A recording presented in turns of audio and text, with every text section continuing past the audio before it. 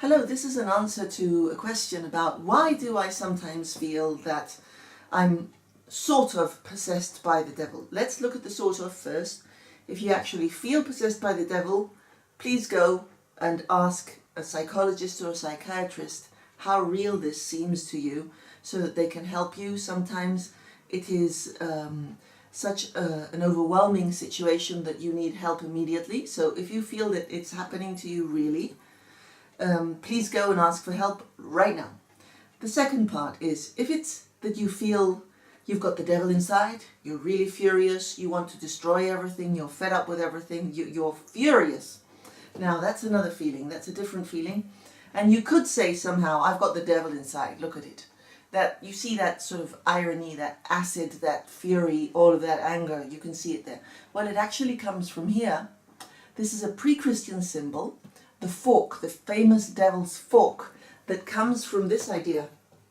Somebody is totally desperate, they ask God for help. Do you see the fork? And God doesn't answer. So then we become little devils or big devils or whatever we want to be. So there we are, and we feel that this part of our personality is taking over. When this guy appears, you're a bit like the Joker in Batman. You only want to see the world burn, and petrol is cheap, okay? So that's what he says. Sometimes a good fire can be extremely useful. And I'm talking about this hypothetically. I'm not telling you to burn your enemies, please. Don't do that. I'm telling you, sometimes you do want to throw things away. You do want to get rid of people, situations, or things that you usually do because they actually only bring despair. And there is no way out. So when this guy appears, we're talking about despair, and we're talking about maybe there's something I have to get rid of.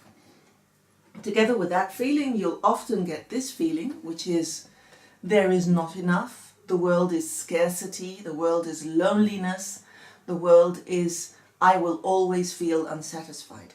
Now we're going to want to turn this one around and turn it into this, which is I feel satisfaction, the world is full of plenty, the world is a good place to be in, the world is company.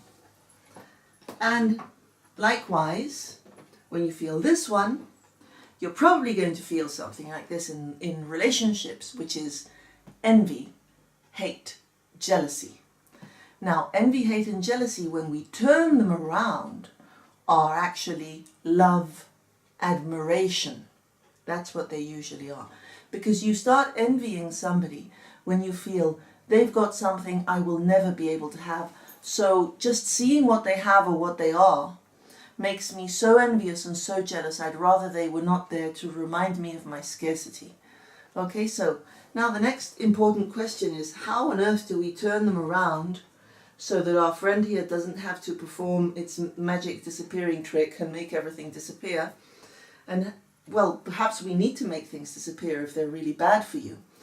But if these two turn into abundance and love, how can we do that? Well, what we actually need as an antidote is this guy over here. This is hope.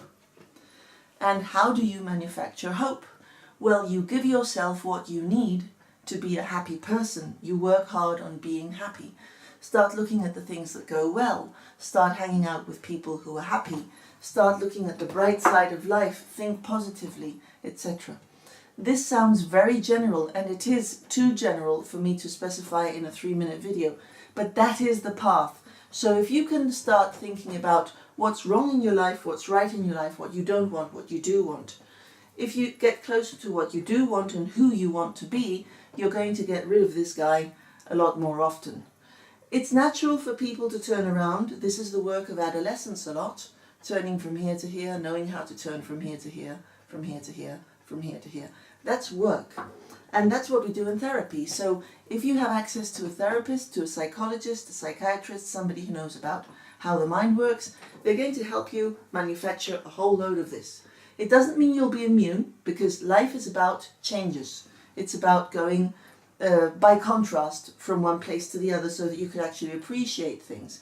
But you're going to spend a lot more time here than here if you learn to turn it around. So there you go. Have a nice time.